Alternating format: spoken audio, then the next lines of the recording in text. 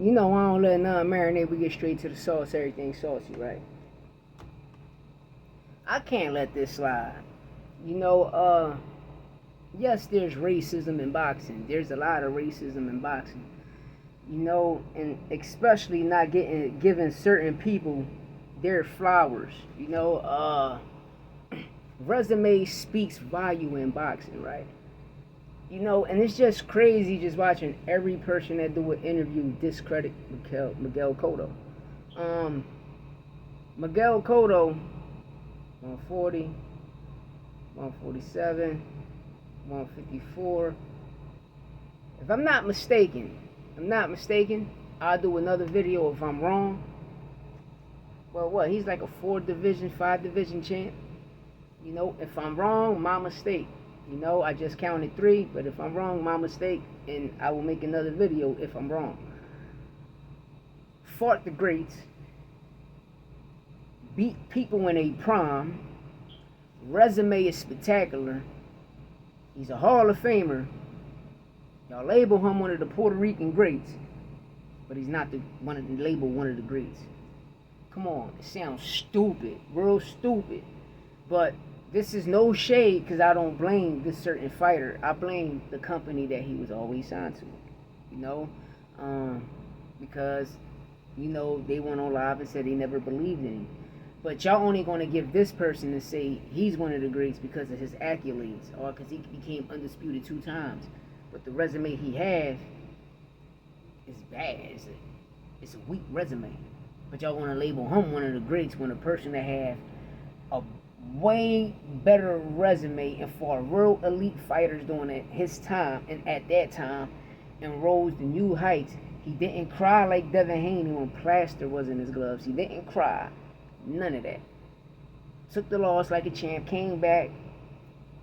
You already know what he did. Demolished the guy. Let's keep it tall. Something Dad should have did. Took out the Cotto book, but he didn't.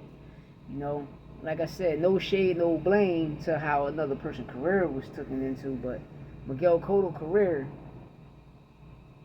it's a great career. He can be mentioned amongst the greats of his era and any era. You can label him. If he's a Puerto Rican great, but he's a great. You know? It's crazy. It's just crazy. You feel me? But to each his own. You know, it's like saying, you know, certain people, you know, we watching people saying, oh, Willie Pep was better than Salvador Sanchez. You must be out your rabbit ass mind. You must be smoking something. Like I say, man, like, yes, there's racism in boxing, you know, but at the end of the day, y'all fighters. You feel me? Give that fighter his flowers. You know he's a great. Because you don't know of him, or you just was born, you just got into boxing and you don't know of him. You had to be there to witness greatness.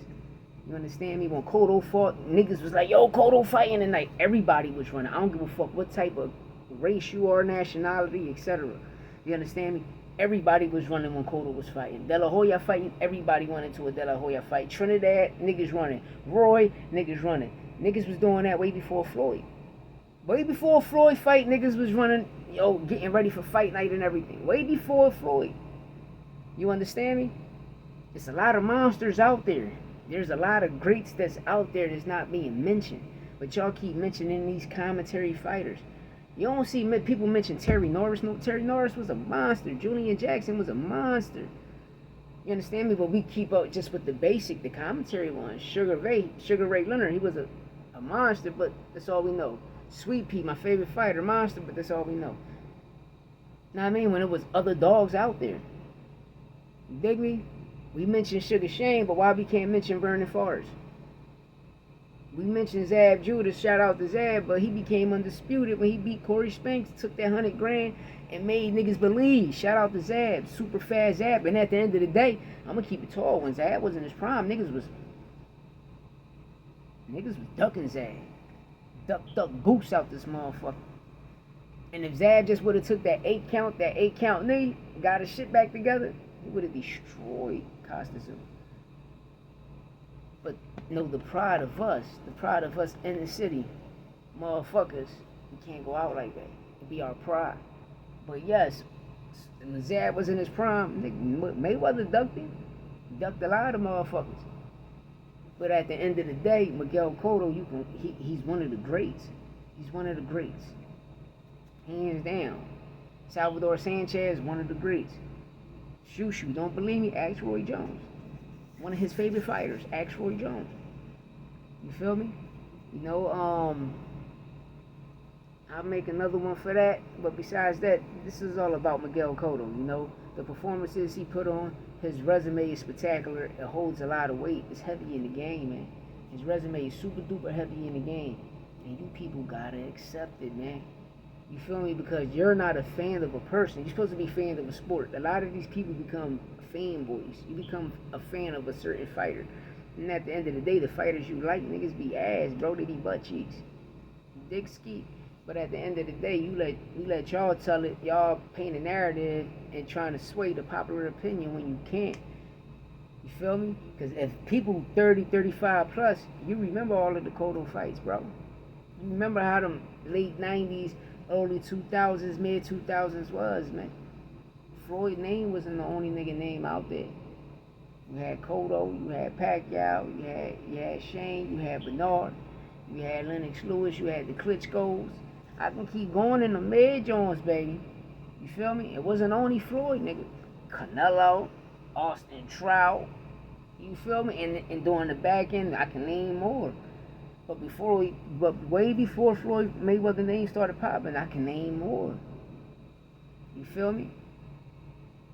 But y'all gotta keep it tall, man. Y'all gotta keep it tall, man. That boy, one of the greats. He one of the greats. His power was, oh my stars. Ask people. Ask everybody that got in the ring with him. Ask Floyd who the hardest puncher he ever faced. He's gonna say Cotto was the hardest hitting nigga I ever faced. You know what I mean? One of the greats, and Floyd pulled that victory off. You know how mean that is? You know how mean that is, Floyd beating Cotto? Now I mean, one of the great fights, one of the fights people never mention. One of the greatest fights in boxing, people don't never mention. That was a war. They put on a war. You dig me? When niggas was ducking Sergio Martinez, Cotto stepped up to the plate, mopped him. Freddie Roach had Cotto looking nice. You know, if Freddie Roach would have got early into Cotto's career and helped out with his father, it would have been a little different. You feel me? You know, he was light on his feet, light on his toes, all on his toes, put that shit together. You feel me? You know what I mean? But at the end of his career, he still did great. And still passed the torch off to Saddam Ali. You know? But you know how it go, man. It's game, bro. But at the end of the day, put some respect on his name, and it's just like that, dog.